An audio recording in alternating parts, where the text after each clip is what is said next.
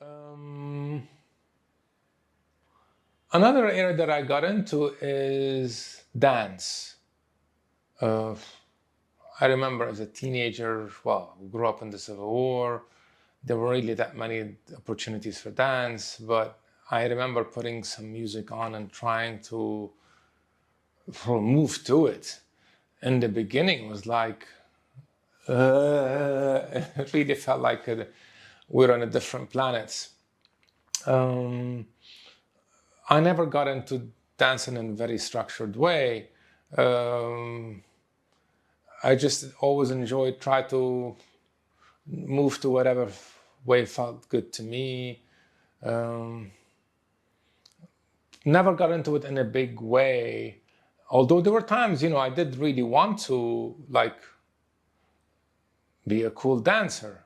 Never got to it in terms of learning moves or any of that stuff. But Five Rhythms, I think it's called Five Rhythms. When was that? That was at least, that's maybe 20 years ago. So I heard of this thing in Dublin called Five Rhythms, and it's basically you go to a place where, like a studio, a big room. And at the time, I think, remember, it's David Mooney, which we end up, he's a really beautiful person. We end up being good friends. But Five Rhythms is you start really slow, maybe lie down on the floor, and it's very soothing, and then it moves up a notch.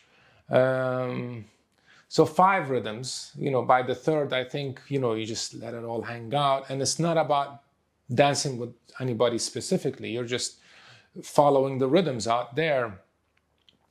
It was a great environment, it was a great atmosphere. And then with time, David got like, he would do this in huge places.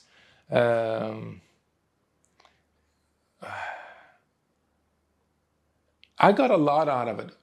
I don't know how long I did it for, at least a year. There was something beautiful and very healing about it. Mainly to do with who David is. He's setting up the atmosphere. And I remember there were times when that setup shifted and some people would invite to make the music. And I remember on a few occasions I did the music. And when it comes to the bit in the middle, I think I put music which for some people was too much. I mean, I have access to. I mean, I'm into a huge amount of genres out there, and some of it might, I enjoy a cathartic outlet, and some of it is, so some of it I learned the hard way that is just too much for people, So the power of music in terms of what can it evoke in people, I mean, one of the things I was introduced to Tibetan chanting, there's like just an for 17 minutes. I use it quite often on airplanes. There's also Max Richter, Max M-A-X, Richter, R-C-H-T-E-R. He's worth checking. He did something like an 8-hour piece of music that is played for people that's supposed to. Okay, maybe you should check out the way he's phrasing it, but it has to do with people's sleep. And he did concerts where he would play this live. I think he did more than 100 concerts. There's a documentary out there, about this. And that's one of the things that I've got a lot out of. So dance and music, and sometimes it isn't dance. Sometimes just lying down or being in an airplane, listening to some music. But that's a whole world. From movement to stillness, so to speak, and finding out what works for me. There are types of music that I find energizing, and other times I'm too overwhelmed to enjoy them. So I just, I did this exercise for me. I mean, I'm a musician as well, but I was, basically I started to listen to my favorite artists and bands and start rating um, which tunes are my favorite tunes, and it's like I have a book this big, I should, I mean, I would love to go back to doing that, but in a way, that's like the gold that I have discovered in this world so far, like some people like to look into their bank accounts and be assured of the money they have in there. Um, that's kind of a similar thing for me. You know, I guess it's like my medicine cabinet. You know, these days I'm too jumbled to really enjoy much music, but it's still there. You know, so take whatever can work for you out of from what I'm sharing with you. Um, Again, the most important thing about the five rhythms for me was that it was the atmosphere was great. And I know there are other setups where the atmosphere doesn't work for people. You know. Anyway, that's one area. Any body movement where I feel I'm more in my body. So to me, that's what grounding is. And again, there's a lot of stuff out there about what grounding can entail. There's other people's experiences. And sometimes, like I said, sometimes it doesn't feel like I'm getting anywhere with this stuff. So I just don't push, you know. So one of the things I've done recently is a friend of mine showed me a sword that he has given me. And he's got, Stephen, he's got really big into this. I forgot what the discipline is. I think he's some Japanese discipline. I think he's going to Japan anyway. But he was showing me what is it like to use an external object as a discipline to be in your body, you know. Um, and all of these disciplines have a different relation to the body. Some of them are more about flow, and some more about being strict and present in a very materialized way. You know, like if I clench my fists now, versus doing this, the quality is very different. But recently I started to experiment with just, I ended up getting a sword in Lebanon, and I just go to the balcony and I would hold the weight of the sword. And it's like, okay, all the other stuff I don't feel like doing right now, so I'm gonna try this. So I would flow with it in a certain way, And again, it's like it's like almost like half being in my body, you know. It's more about enjoying flow than feeling as embodied as the other approaches. So really, it's about trying anything that comes my way that might help, you know. Like I tried Qigong for a while, the Qigong and Tai Chi, they're quite related. One of them is slower than the other. I think Qigong is the slower one, and I've got some books on them. And some of them can be used for medicinal reasons, for medicinal purposes, and they have a history and a heritage that comes with that, so you can read a lot about this stuff or not, you know. Sometimes reading about this stuff anchors me in the discipline of it. It might encourage me to tap into it more. I did this work for a while. I did some workshops, and I find it very beneficial. But again, these days I'm too chaotic to try any of this, you know.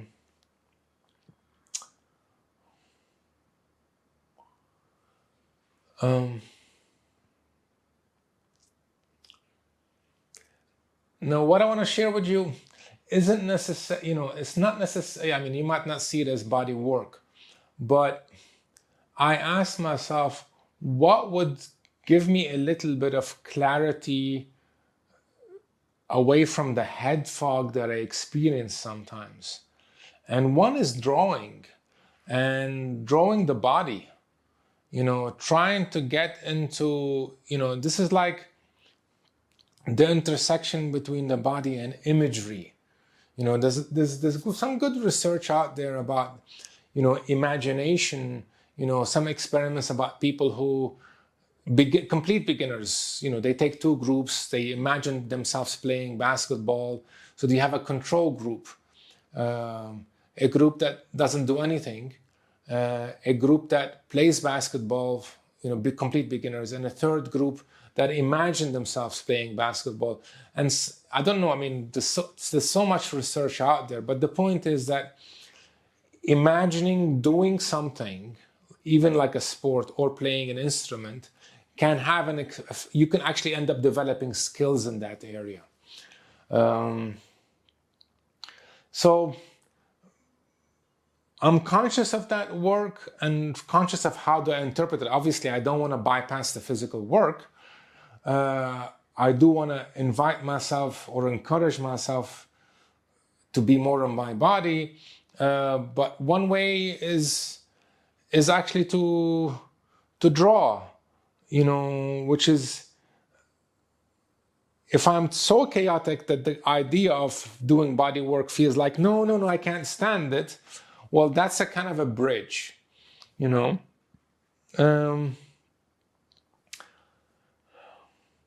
and some of the mental activities can have an effect on clarity of head, which by extension helps me connect with my body. For example, chess. I used to be really into chess as a teenager, and then over the years, I just stuck with music, and I don't like competition in general. I don't like to beat anybody or don't like to be beaten, so with chess, but I retain my love for the game because I just find how the game unfolds is really beautiful. So eventually I found the kind of books that have exercises that are not, I found my level kind of thing, exercises that are not too difficult, that are too frustrating, and not too easy that they're boring, So there were times when I was using chess to, I can think of it as distracting myself from chaos or emotional turmoil. Again, if it's too intense, that doesn't work. So it's mild. If there's mild tension, I can go into phases where I'm looking at chess books and looking at problems in such a way that that bring in a form of mental activity that leads me to being more clear, and eventually that affects that relationship to my body. And once sometimes I don't even feel like don't feel like doing the exercise. Sometimes reading about the lives of the chess players keeps me in contact with the game, and eventually I go back to it. So I'm kind of just sharing how there are indirect ways of there are indirect ways of dealing with just about anything, So like what I'm sharing with you really started about how do I be more in the body, but going towards chess, and if I'm not too tense, I can use some of the books which took me years to find out what my level is and what's comfortable. But even when that's not very possible, you read about the lives of the players, Actually, the Queen's Gambit, that series got a lot of people back into chess, So,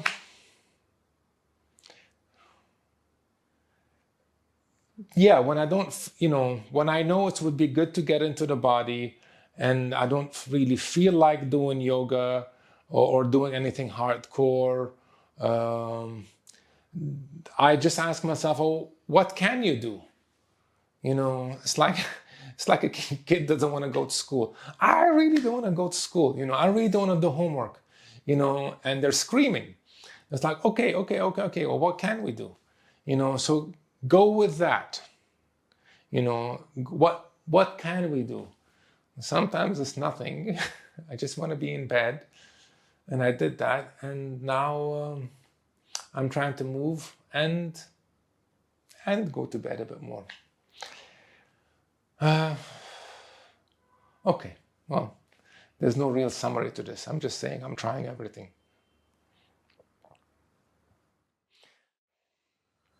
And recently, I don't know if there's a title to this area, but neuromovement, is that an area? I don't know whether it includes tapping, different parts of the body. That's an area, tapping, you can Google. Actually, Dave McCarthy, the guy from the MS, was showing me some exercises that help balance the right brain and the left brain. He would get me to imagine infinity or an 8 lying down, and getting me to have my eyes move that way, and then the opposite direction, and then imagine that there's a line coming through the body and cross that line with different body movements, whether it's tapping my left hand against the right knee, and then similarly with the right hand against the left knee. So just crossing that line. Recently, I've seen a lot of stuff actually advertised about very specific, even like hand movements, complicated hand movements, supposed to balance right brain, left brain. Again, sometimes for me it works, sometimes it doesn't. Wow, there's another area I just came across the other day that I remembered from like 25 years ago, called progressive muscular relaxation. But all it is really tensing the muscles and then relaxing them. Tensing. I used to have problems sleeping, and I would do that lying in bed, like really exhausting, like it's almost like tensing yourself so much and then relaxing, tensing so much and then relaxing. Was that an ambulance? Anyway, so there's so much out there in relation to the body, and I mean, my approach is to learn as much as I can, try some things out. Some it might work for some of the time, it might not. Just keep it in mind, as opposed to saying to myself, that doesn't work, I don't want it, yeah, make up your own shit, there's laughter therapy, I've came across some group where like laughing yoga, where you just get together and you laugh.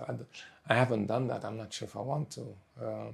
Anyway, look, there's so much that can be said in relation to body work. There's so much that is out there. I just keep on trying stuff. It's like building resources. Some stuff works some of the time, doesn't work other the time.